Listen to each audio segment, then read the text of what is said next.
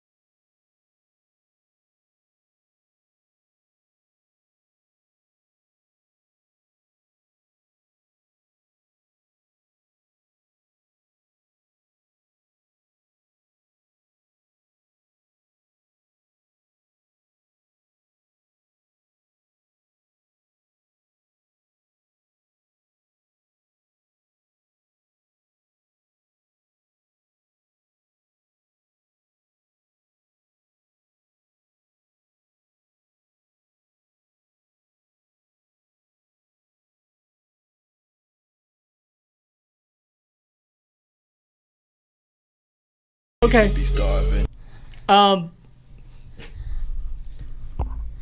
This video was put together by 88 Rising, though. Yeah. So these rappers may have a friendlier tone because it's put together by 88 Rising. I wonder if this was like Hip Hop DX, Oh, yeah. Ambrosia for Heads, Sure. or any other hip hop outlet, Revolt TV. I wonder if they would have the same reaction because it seems like that's a relationship built in with 88 Rising. Yeah, I wouldn't doubt that either. But again, I guess after also doing a little bit of research on him, or just like, just browsing through his catalog, I mean, he has a song with 21 Savage, and that's like, that's pretty mainstream. Sure. So like for these guys to be like, oh, maybe a little bit more familiar because of that, and because of that network. But I see what you're saying. It could very well just be politics. Yeah, because I would have thought that a lot of people would have been like, oh, get the fuck out of here. Yeah. You think so, though? Yeah, I could see that because it's just like, it's kind of like the Jeremy Lin effect with NBA. Okay. Where it's just like he was written off by scouts because he was Asian. Like he was like, if anything, on par with John Wall at the time. And even though it was just like he could have gotten the same scholarships or he could have gone to the same places, they would just easily dismiss him, and that's why he ended up in Harvard. Yeah. I mean, I think there's some, I don't know. I guess I just have this notion of people, guys in your era, and the thinking of people in your era where it's a little bit more advanced, where it's like, okay, money's coming from different places now, different sources, right? So, this is an Asian source, and it's like, okay, we're not going through the regular routes of investment or whatever. And if people want to come in the game, but they got money and they got production money and they got all this other kind of funding, why do we have to involve ourselves with the traditional route? So, I mean, I think that's kind of where I was going with. And one of the things that really did shock me, and the one thing that I learned, was the fact that because of this video, a lot of the rappers' reaction was like, yeah, this dude's just finding himself. He's just being himself. Yeah. And it was just like, wait, what? Like, I thought there was still a separation in rap, like, where it's like, it's not just you being yourself. It was like you having to play the game and all that other stuff. He does have the sound. He did find his voice at a very early age, because this was back in 2016 when he was only the age of 16 that he actually released this video. So the fact that like he could have just been himself, yeah, and find that way, that outlet of getting to the fame, it's amazing. And not only that too, it's really like you look at the video and. I think it's called Dat Stick, right? I mean, yeah. Stick is with the money sign. Stick with the money sign, right? And you listen to you watch it, and it's like his friends are on there, or what I presume to be his friends. It's a bunch of Asian dudes. They're in a nice kind of like house, but it doesn't seem like they're trying to go overboard with the typical rap star kind of video stuff. It is kind of I see that as them being themselves, or him portraying himself as like, okay, well, I'm just this kid. I got flow. I got I got my friends with me, even though they're not like the typical hip hop rap stars or whatever. They're not Migos and all that stuff, but it's just a bunch of Asian kids. Honestly, I think now, because there's no homogeny in genres, I personally feel like hip hop is now, or at least this version of hip hop, has now hit its uber urban hybridism. Everything is hybrid now. It's no longer original. It's not like our version of hip hop, and like you like Outkast, you like De La Soul, Tribe Called Quest, the early Kanye's. Yeah. That is like fifth wave jazz. That is like hard bop jazz. Where if you get someone like Taylor Swift on a rap record, it's kind of like that's the Jean-Luc Ponty, that's the wave. Yeah. And this could very well be like pop hip hop. Oh, yeah, I can see what you're saying about that. You know what I too. mean? Pop hip hop. That's where I'm starting to feel where it's coming from. Well, to go back to that Budden versus Little Yachty interview, would you say that like all of that opening, with that opening of like Little Yachty and like other rappers that are talking about just like expressing yourself and being yourself and all that type of stuff, would that also apply to that door opening for like just different cultures, different ethnicities? I think it's always been open, but now it's like it feels like it's the brick and mortaring.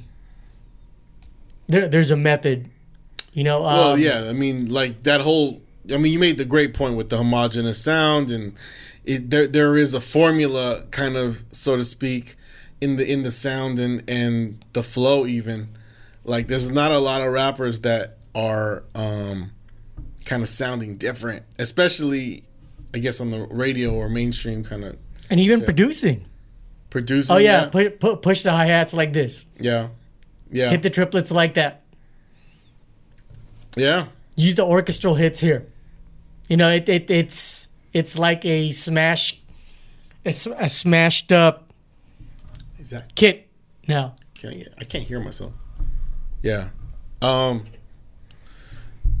Sorry, man. It's just that, like, as far as the sound and all that, I mean, I think I just don't want to discredit it too much. I guess from my standpoint, because I feel like I can just write it off and just say, you know, and then I'll be put in that old head box, like, oh, that's just an old head. He doesn't get it. He doesn't want to hear it, and you know, he's just being grumpy. And I am that way, but at the same time, I kind of want to give a little bit of benefit of the doubt to just this newer generation in their expression of stuff. I don't really like it, but I mean, I do kind of want to find the, like, okay, well, where is the appeal? Why is it? I don't know, man. Well, I'll bring it like this. Okay, I'm gonna go left a little bit, then I'll bring it back. I've been meeting. I won't give out their names, so that way they're not in either the good or the bad blast. Yeah. Black Americans don't like being called African Americans. African Americans or Africans from Africa say, no, we're African Americans if we move and migrate. Mm-hmm. Black Americans are going, yeah, you really shouldn't call us African Americans because we are born and raised and the only roots we know of is the United States. Americans. Black Americans. Right. Where it's now, we have become Americans that are Filipino. Yeah. You are American that happens to be Spanish and Arabic. Yeah. You are not Arabic and Spanish and then became American. Yeah. You know, you're born and raised here. You're born and raised there. I'm the immigrant here. Yeah. Fucking just gonna go racist and talk about my wet back or my fucking Elian Gonzalez raft that was dragged in. Boy, that's like a 20-year reference, huh? Yeah. 25-year reference? That's crazy. 30-year reference, maybe? Nah. 90s? Elion? 95? No, Elion was 2000. Was it 2000s? Gonzalez? I remember Dave Chappelle did that whole thing in the racial draft. Okay, 2000s then. Yeah, it was like 2000. Still. That's... Wait, it was in the Fuji album, wasn't it? I don't remember. She mentioned Elio Gonzalez, right? No, not which Fuji album are you talking about? The score. I think... Well, there's only one album, but yeah. Oh, I thought there was two. But I don't know. Yeah. But still, right? So, and we're speaking from a consumer and an outsider's perspective, but should Black Americans let that go? Like, you guys know how I feel about, God, what is the white hipster rapper? Then when we had Tyree. Post Malone? No, he was talking about he wears like a lot of thrift shop thrift clothes. shop. Thrift shop dude. I already forgot his name. It's the guy. Damn it. All right. Macklemore. There you go. Thank you. See, I dislike Macklemore because of his delivery, and it feels like he's a little bit poaching on what hip hop is. but all of it is derived from the delivery. If you deliver like, I'm a white guy delivering like a white guy, I don't like that. Eminem, I love. MC Serge, I love. The Beastie Boys, they were on their own shit. Right. They didn't exactly deliver like Public Enemy, but you know what? They were so confident about themselves, they carried themselves the way they carry themselves. It felt like Hooked on Phonics. Just to go like word by word, just like girls, or like how like bay, hey, say, may. But they were still also very punk. Yeah. So they stuck to the roots, which is great, right? Yeah. But Macklemore, I wasn't a fan of. I thought he was a culture vulture. But in this case, should they let that go? Because there are whack black rappers. Yeah, I think so. I mean, I think this is. I don't know. I kind of like it. I mean, honestly, I embrace it a little bit more, just because maybe it's being embraced, and I'm seeing it being embraced by artists of his kind of genre or his kind of sound of rap. I mean, what do you think about like guys that are Team Backpack approved? You know what I mean? Like, yeah, and that's getting exhausting. It is, right? It is, because you want some light lyrical shit, not everything heavy too much. Right. Sometimes you just want to hear Pharrell sing on a hook and get the girls to shake their ass. Right? Yeah, that's cool too. I mean, I guess you know what? I'm also finding like I see this dude, and he's not, like they said, he's not really trying to be something he's not, at least image wise in this video per se. And I don't know. I dig it.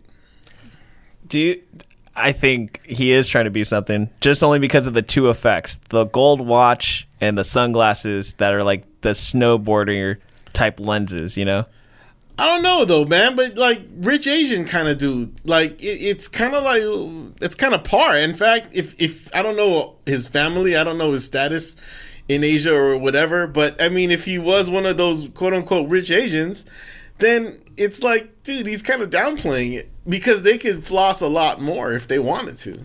Yeah. Well, what I also like is the fact that he's not dressing hood. That's what I mean. Yeah. He looks like he's ready to go to like the Hamptons. I saw one video and he's like ice skating. He's like figure skating in a video. For those of you, if you're just joining us, we're talking about the Rich Brian, who's a Chinese rapper. And there were some rappers that were interviewed by 88 Rising who's actually promoting the artist. And for me, it feels like there was a relationship built, like with Ghostface and the rest of the cats that were just kind of like forgiving him. Yeah. But I wasn't feeling it. Should we play some of the other videos for the audience? Like I have Chaos right now. This came out in October 2017, so. Okay. This is also Rich Brian. Play that in the studio. You can't get rid of me, I ain't going nowhere. And I'm always multiplying. I wonder how we could get that audio so that way our Facebook Live up on this brother day I landed in the States. Doing one take all day and I'm just spitting out the mace. She like sipping out that Mason jar. She a hippie, she gon' suffer some with no love bars. Little picky got me curious like I'm on Mars. Saying I forgot my roots, goddamn you went too far. Hey, then you went too far. Got these people all over. Check. There it is. So that's that rapper. And now to me it cements that there is a formula. There is a hip hop kid out there. Absolutely. 808 drum kits. Rap like you're black. Well, rap like, or rap like how you should sing as if you were an operatic inspired singer. So if you're trying to get into opera, you sing that way. If you're trying to get into today's rap, you rap that way. I don't know. I guess go ahead, Zach. No, I agree with Charles. I think like as an Asian student, I think he just found this formula, and then he was able to hack the system. Yep. So that's all it was. I don't know. I want to give him a little bit more credit, because it's like, yeah, there is a formula. I buy that. I just feel like, somebody who's learning stuff, he learned comedy through through American humor. He learned that through memes. I don't think he was the pioneer of it, though. I think he found through another person who was a American rapper at the time, Joji. And Joji was able to be both like Asian and American at the same time. Do you know Joji? I've seen a lot of his stuff like him, but I don't. Maybe I followed like 30 seconds if you compile everything. Yeah, Joji is like I originally know him as like the YouTube sensation, the dude that was doing a bunch of pranks in like a pink suit. Like he would just do obnoxious stuff, like he'd just yell like like he'd just be that crazy. So hey Gina, hey Tony, thanks for tuning in. We're talking about like an Asian. Pull up this one rapper. dude. His name is G Yamazawa, and he has a song. How do I spell it? G. Letter G. Okay. Yamazawa. And he has one, like, there's like one hit that he got. I think it's right second, that where it looks like he's outdoors. Yeah. Yeah. North Cat. By the way, for Zach being Arabic and Spanish to pull that up and spelling Yamazawa, good job. Yeah, man. No, it did autocorrect for me. Oh. I can't take credit for that. North Cat, baby, I'm a boss. Carolina barbecue sauce with the slaw. I'm the safe, the cellar, and the vault. I'm the best, the effect, and the cause. I'm the law. It's the North Cat, baby, I'm a boss. Carolina barbecue sauce with the slaw. I'm the safe, the cellar, and the vault. I'm the best, the effect, and the cause. I'm the law. I'm the truth, man. Looking real false. Whenever I hit the booth, I come. So yeah, that. Right? I mean, I guess this era of this type of music, there's a formula. And to me, I feel like you're losing a persona. he's American, though. American, raised in North Carolina. So that's what it sounds like to me. It sounds like an American raised in North Carolina. God, I hate to use your occupation or other occupations, Zach, but if someone sounded like Dave Attell and is using Dave Attell's cadence, that's my reaction to this. Yeah, I hear you. I know what you're saying. You know what I mean? How do you feel? No, I get it. Especially since like there are so many comics that if they watch Dave Attell, they would try to copy his cadence, or like I remember when Louis was hot. Louis C.K. Like I remember like a lot of comics were trying to do that type of humor, where it was just like they'll try to match like the cynicism of it. Yeah, that's true. Yeah. You know, Aziz, I feel like, is almost like an offspring of that. Right. Aziz Ansari's very offspring of that Louis C.K. Ironic. Fucking retards. Right. All you shitty little kids, little retards. You know, that's how he is, right? Gina goes, now he sounded black. Who did? G. Oh, yeah. Thanks, Gina. I think a martial art buddy of mine, Tony Ceruno, he's logged in. What's up, Tony? We need to spar and train. Yeah, man. Even though I'm turning 43 and I'm about to die in with him. But yeah, so do you think they should let it go? My question is, should Black Americans let that shit go and accept that you have reached this popular height to where now it is popular music? I think so. I mean, at this I feel point, so too. You know, it's like basketball. Like, you know, you made this Jeremy Lin comparison, Zach, and like, I mean, how many ways are there to play basketball? You know what I mean? It's like, or how many ways are you gonna wear your shorts, or, you know, style your hair or whatever? And it's like, oh, what belongs where and all that kind of stuff. I mean, you just gotta let it go. But I'm shocked that the rappers are more open than the basketball players are. You know what I mean? Like the fact that like Kenny Martin, even though like Kenny Martin was around the 2000s, the fact that like he was more of a like an old timer, just going like, man, what's up with this dude with the hair? It's like, dude, you have Chinese tattoos on your body. Like, right. Who are you to talk? Versus the rappers, where like this has been actually like an occupation that has been dominated by the blacks for so long. So it's just crazy to see that. Well, there's two things about Jeremy Lin, right? It's an amalgamation of several things. One, with him having the spike hair, that's punk. Yeah. So that's his version of rebellion and expression. Number two, which I think backs up my point, because that video of them approving Rich Brian, you know, hey, it was a free microphone. Yep. So Kenyon Martin can be like, what the fuck is this Chinese dude trying to fucking be black for? Right. Agreed. It's an international sport, you know? Yeah, but, you know, it wasn't like Kenyon Martin was talking on the NBA microphone. Oh, yeah. It was just kind of like on, I don't know what source it was. Was it social media? It was, social media, some open microphone that. Sure, which he was eloquently checked, by the way, by Jeremy Lin. Right. At that point. Yeah. Okay, well, maybe we can get some more people to react, because I feel like this brand of hip-hop is urban pop. So people will be consuming and producing and be involved that way now. That Rich Brian. This Rich Brian and that other Japanese guy. Yeah. You know, I think that's part of the consumption now. Okay. It's the same way you want a black chick to participate in ballet. It's the same way you want a Chinese guy to play basketball. It's the same way the Latino male has cooked so many different variations of French food, Chinese food. Everyone's consuming it now. Yeah. And I don't know if you guys still agree or ever agreed.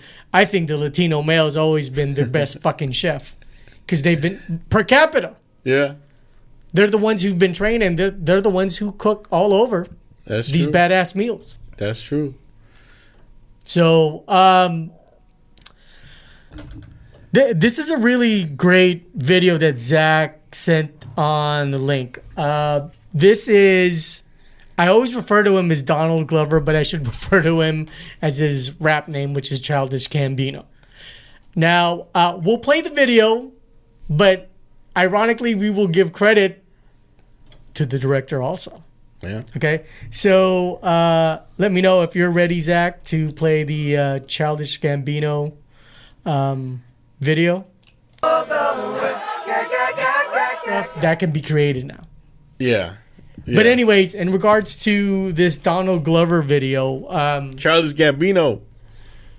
yes, Childish Gambino. I keep referring to the actor. There is another video. Thanks to all the one viewer.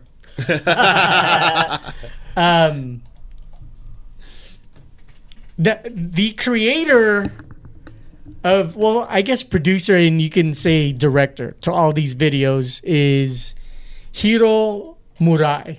Hiromurai. And you can see when Flying Lotus hired this guy to create, or collaborated with this guy to create, his style is all over this. You can even go towards start at least at 45 seconds, Zach, when you play this video. Cool.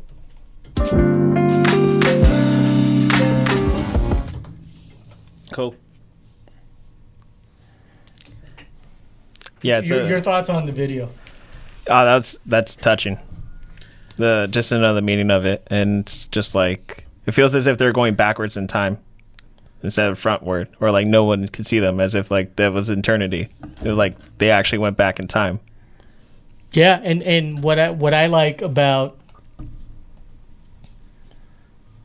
when you collaborate with someone like this guy, I guess, to go back to the first topic, Blasians, dude, blacks and Asians can collaborate well together, dude. Yeah, it's floss. I think that's kind of the end game, and I think it's probably the easiest form of expression, at least at this point. I guess there was an art to it before. The whole I was when you're talking about favorite rap videos and things like that, I was thinking, it was like, oh, what about Hype Williams and Biggie? It's like that's the storytelling, man. Sure. Of like floss of everything, right? Like, and it's completely opposite of this. This is definitely a lot more kind of capturing the audience through a lot of emotions. Plus, that was the biggest rip against hip hop videos in the 90s. It all looked low budget. Sure. You know, that was the biggest rip on them. Where people, like, even in the early 2010s, that's how old we're getting. The early 2010s, everyone was like, oh my God, if we had digital cameras back then. Right. Yeah. I mean, but there are so many other ways that people do it, like the Drake video, the God's Plan video, where essentially you just kind of go into different places giving out money, you know, at a supermarket and on the street, and you know, he just used pretty much all his budget to give it all away to people and filming that and then turning that into a video. I mean, so there are just so many, to your point, you know, with the equipment that we have today, it's like you can do it so many ways and it'll still look kind of good. Not just like that low budget kind of stuff. One of my favorite videos was Dilated People's This Way. Oh, that's a good one. Yeah. I remember like just the storytelling and like they didn't have to pause it to do like a whole. I remember in the beginning they just shot that George Bush speech and then like they turned off the television, went into the song, just had everything else do the storytelling for itself. Yeah, that's a really dope one. I put out a video that's animation way back when. I don't know if they have one. Anderson .Paak and Knowledge just put out an animated video. Yeah. I was posting that on our Instagram. Right. And on the Beat Junkie Instagram post. Animation is big. You know, I like the skater feel of the Beastie Boys. Mm-hmm. Very fisheye, as ironically we're trying to anti-fisheye tonight with our shot. Very true to what they were. Yeah. So in regards to Donald Glover, I hope this video doesn't become passe by Thursday.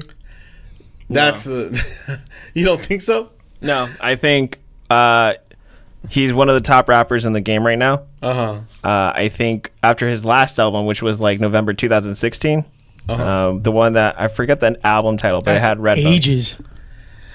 I wasn't even on it.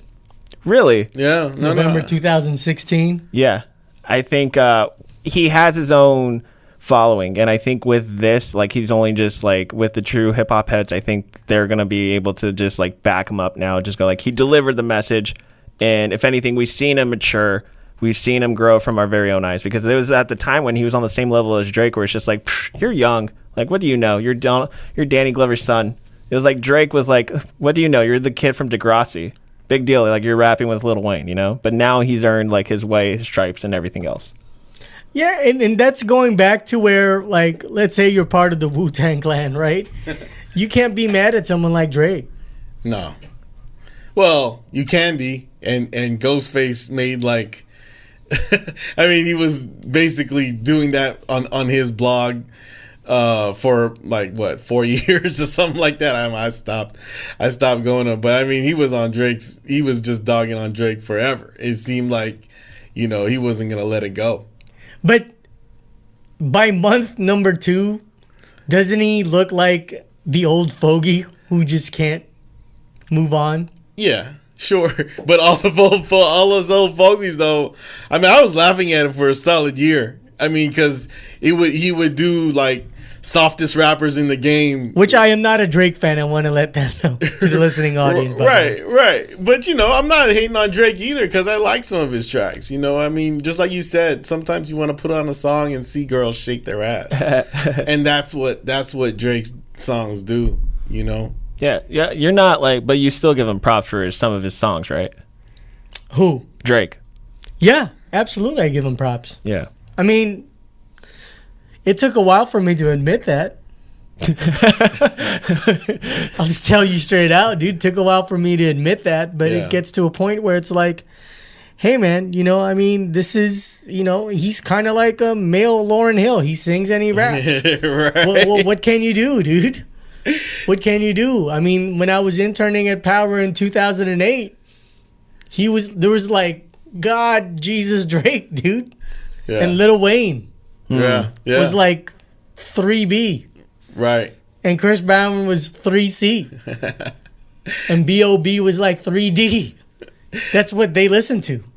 I forgot. Was that when Chris Brown, before the Rihanna beating or post? I think that was right about post.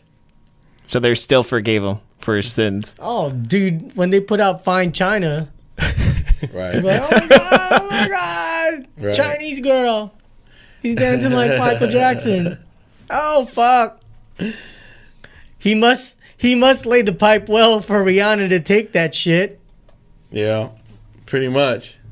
I mean, saw all the videos too, so it's not like, he's always, if it's not one chick, if it's not an artist, it's just some random chick talking about, he's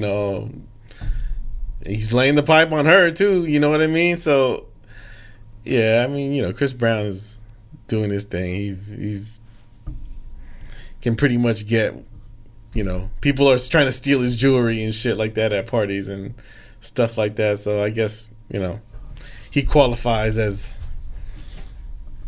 that kind of a rock star. Yeah. And not my cup of tea, but, props to him. I guess that's almost like the same snobbery of a traditionalist in hip hop. Sure. Or soul. Right? People were knocking Prince. I remember, like, New York. Uh-huh. Like, a lot of them were like, oh, so he's kind of like Earth, Wind, and Fire, but he dresses like a girl? Right. Really? Like, I remember hearing that. And to us, I don't know if it placates to you, it's like he's a demigod of music. Yeah. Yeah. And I say demigod meaning both deity, male, female. Were you the one I talked to about George Michael? We've had a George Michael conversation. Because I remember I was talking to someone recently about George Michael, about how he's the one that gets made fun of about the 80s, but like Prince or Freddie Mercury were able to like we look back at them as gods, and it's because George Michael wasn't as advertised when he first came out. We did not have that conversation. Yeah, like George Michael was like portrayed as this like heterosexual male who happened to be good looking. Who wore white, very short shorts Yeah. Right. that a Latin girl from Bang Bros would wear. Yeah. And he hung out with another guy that just happened to look a little spry and happy to be there with him. Needless to say, the band name was named after the noises they would make in the bedroom. Right.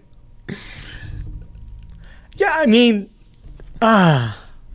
it's hard because it's hard to delineate if it's gay or if it's just the 80s, too. That's true. I mean, everybody has their thing. Like Michael Jackson, same thing, I mean, it's like... Sir, may I ask you to look up Wake Me Up before you go? But you look at that, you don't know if that's 80s or if that's gay. That's true, because then he came out with, I Want Your Sex. Look at your dick I want or your vagina. But I mean, he had the Asian chick in there, so I gave him the benefit of the doubt for a little bit. Fuck, man. How do I not let my nose grow and admit I like this song when I was young? Oh man, this is for all you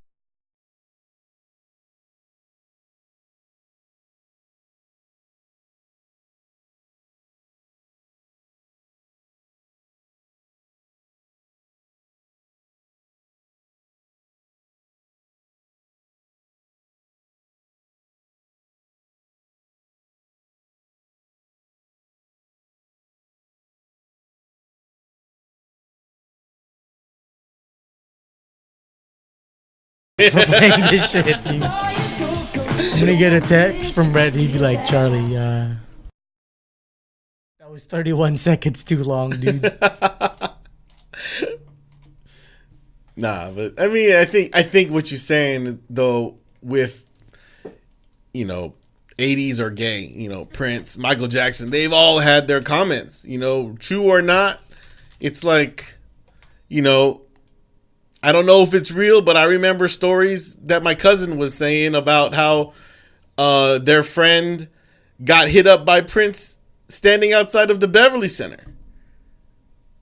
You know, and it's like, I don't know, that sounds kind of believable, but it's like one of those stories where you're like, I think you're full of shit. Right. You're full of shit. But, you know, like, his friend also looks, he had that, like... androgynous look? And not androgynous, but, like, just, like, more good-looking gay. And, like, you can kind of perceive, like, oh, if he's just standing up against a tree and just kind of smoking a cigarette and, you know, a limo pulls up and supposedly Prince is, like, hitting on him. What was the Dave Chappelle quote on basketball? Blouses versus shirts or something like shirts that? versus skins? Skins versus blouses. Oh, yeah. Shirts versus blouses. Yeah. There you go. Yeah. The same sketch. When Charlie Murphy was like in the 80s, you couldn't tell if a guy was trying to be a bitch or not, or something like that with the hairstyle. And the guy who looked more like a bitch got the most girls. Right. That was it. Yeah. Right. Can I play another music? Yeah, go ahead. Let this be our last episode on fucking Beat Junkie Radio. Elton John, I'm Still Standing. Oh, he's clearly Elton John, I was like... He's wearing a fucking 3-piece suit with a bow tie on the beach. You think he hasn't fucking blown someone? Did you not? Hold on. Wait, real quick. Watch this dude. Yeah, dude.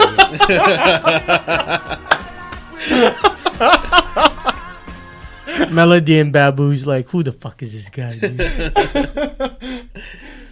Dude, that twirl by the door guy or whatever. Yeah. This is the same beach set that David Lee Roth probably used. Fucking California girls, dude. Right. What time's your shift? Oh, we're done by 2. Okay, we'll strike at 1. So that way you can come in at 3 and set up. Pretty much. Fuck's sake. Pretty much. These late night conversations that's going to play at drive time. Friday. Just turn your wheel real fast. Right.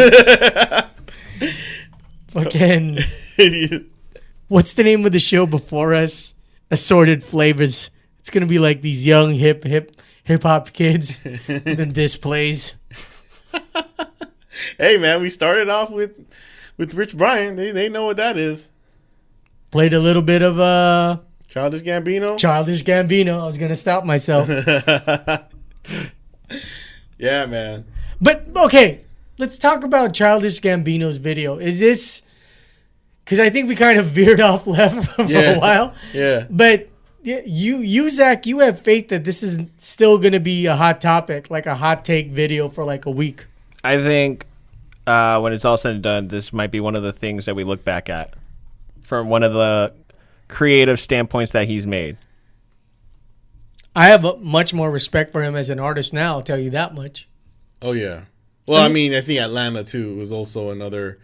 I mean, I've only seen a few episodes. I'm not really caught up on the show, but creativity-wise and you know, just the angle that he uses on that show, I think, yeah, I definitely respected him. And I think Atlanta is subculture enough to where it's deserved its spotlight, and for him to be the conduit, yeah, that's pretty dope. Yeah, I think that's mighty big of Donald Glover to do that, and then Childish Gambino, to correct myself, to do that video. Right. It just seems like in the landscape of things that, you know, I can see it as a video that, yeah, okay, maybe a week, maybe 2 weeks if it gets some traction, but I mean, still, like, to get overlooked and stuff, I think it can very easily just get overlooked. You know, I mean, it'll be on the feeds for a little bit, and then something else will pop up, and then next, and maybe it'll get referenced in another talk show of the next, you know, school shooting or whatever shooting.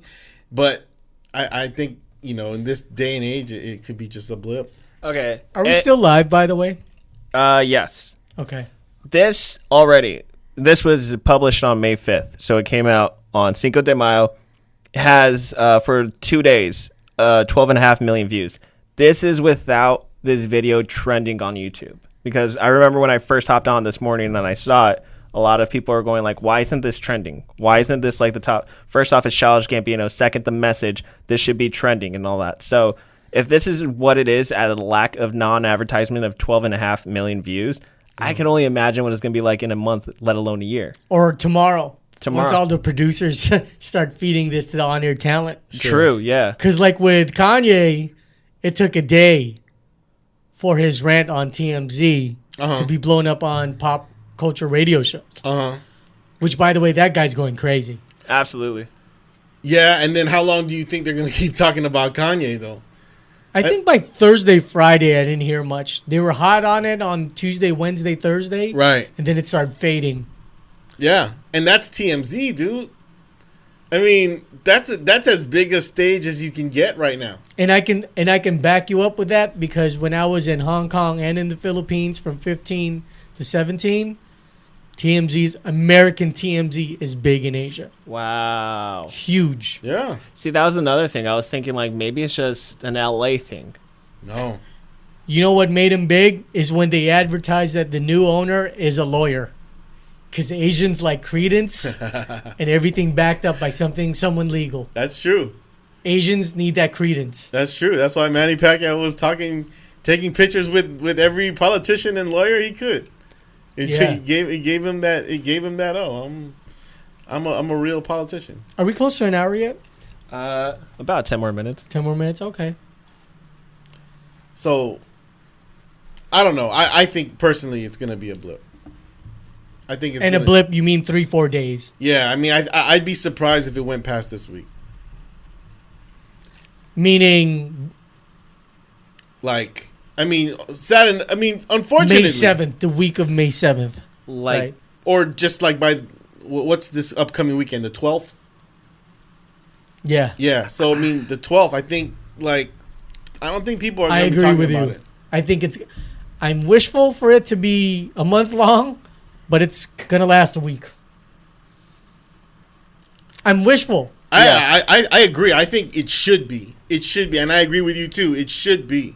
Yeah. But I don't think so. I mean, I think we're just living in this new age where there's just way too many things going on. I'm giving this the same lifespan as Kendrick's We Gonna Be Alright.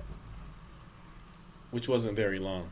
But I'm still going to give it in terms of like, this was the new anthem or this is going to be the new flag of violence against blacks in America. Or just gun violence in general.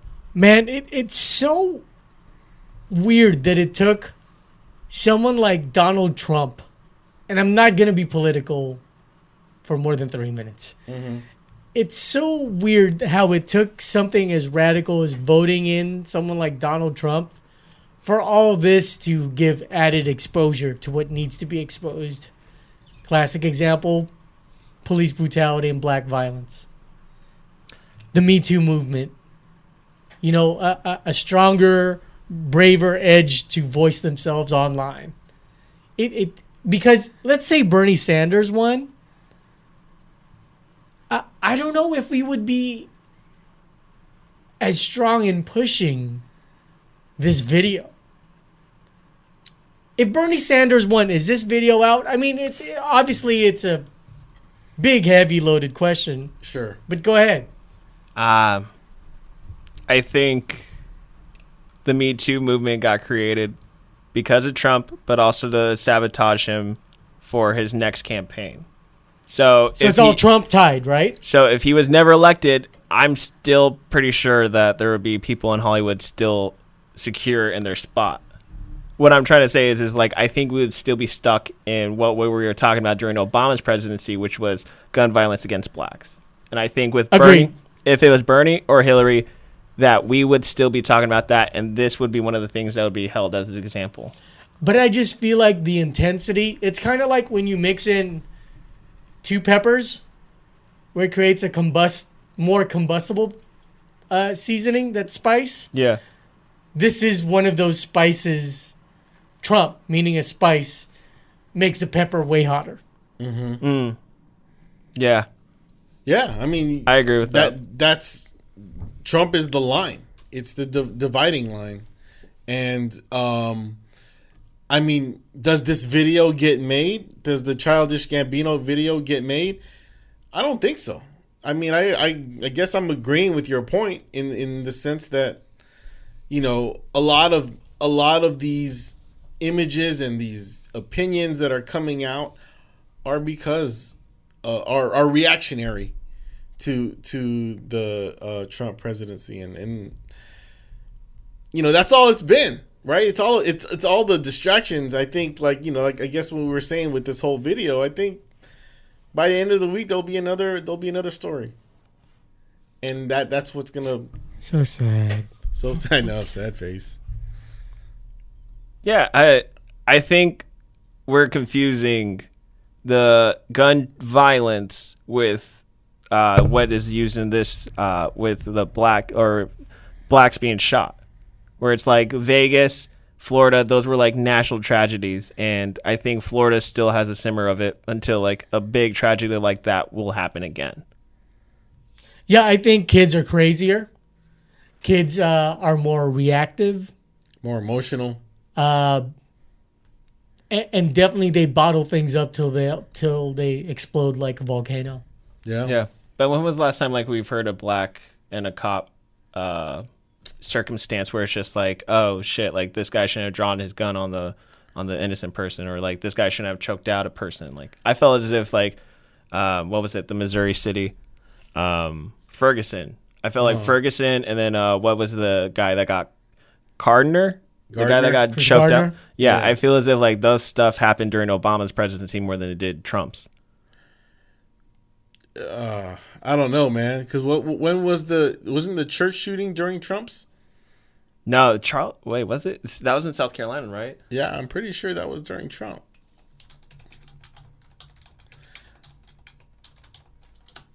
That was 2015, June 2015. Okay, so then that was after. And then Orlando was before.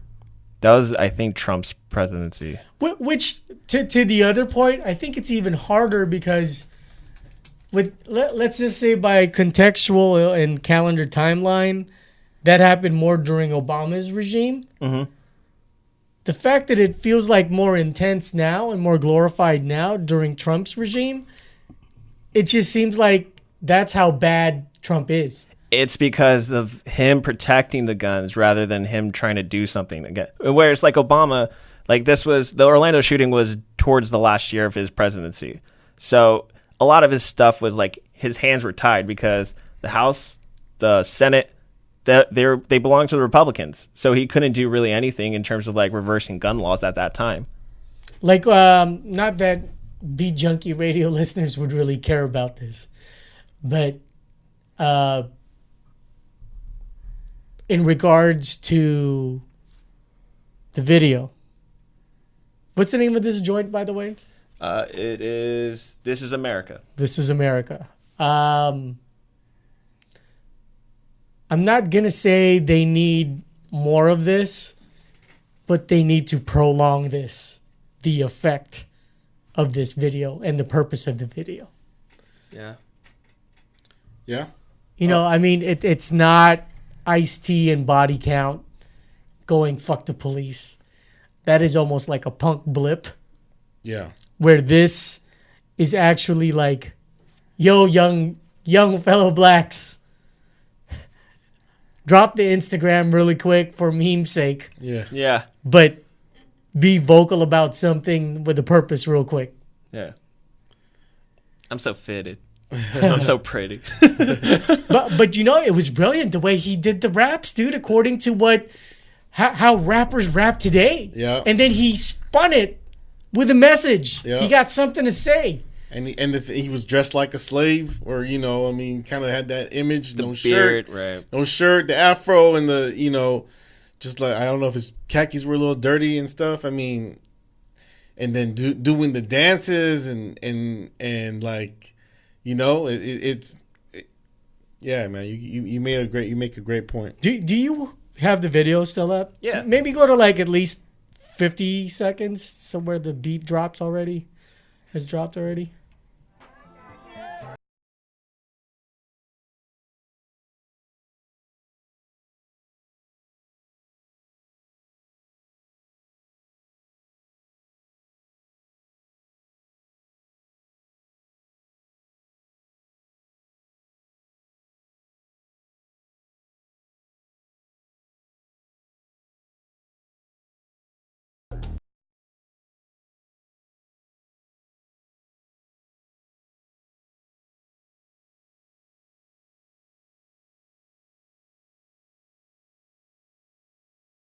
carry 'em.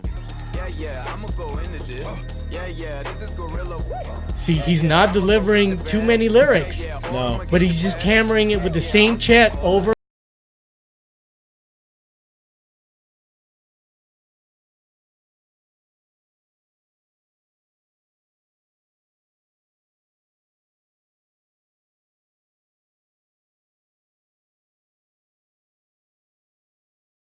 Rapper, and then he fucking traps it. This is America. Oof. Don't catch you slipping now. Don't catch you slipping now.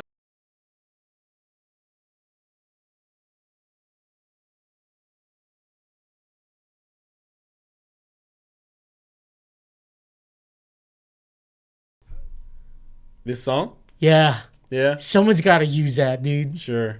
Even just if it's like 4 bars. This is America. If it's an opening scene. Yeah. This is America. Yeah, you do. I think there is a something about it where you just gotta watch it a couple of times.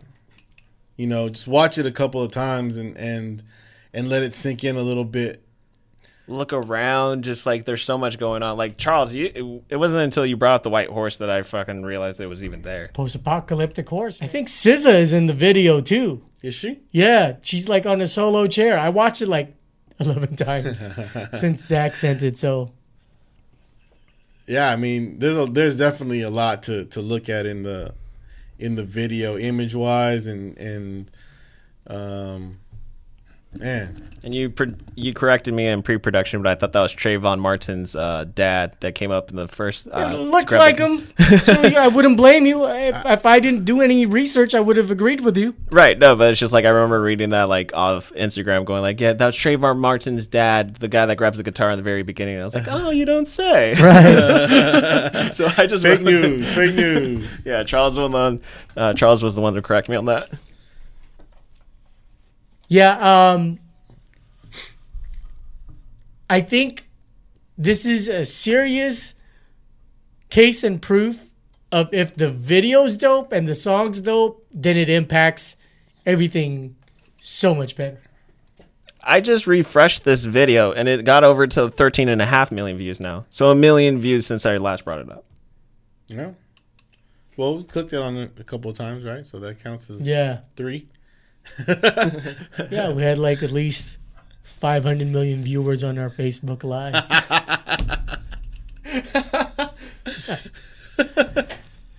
Fucks. You guys don't know how much I had to go back to the house twice to get the goddamn fucking mobile phone stand. My God, dude. And we're not using that wide lens that looks like a fisheye lens. I think it looks a lot better. Without it. Yeah. Sure. It's not distorted at any way, but I think fisheye lens was all right. It wasn't that bad, but yeah, it does look better now. So yeah, you heard it first on a Sunday. You hear it again on Beat Junkie Radio on Dash this Friday. There you go. 3 guys just shedding out our opinion, trying to discover if Zach's opinion is of a generation or do we have something in common between Gen X and millennials. Stay tuned for more episodes like this because it's for you. Signing off.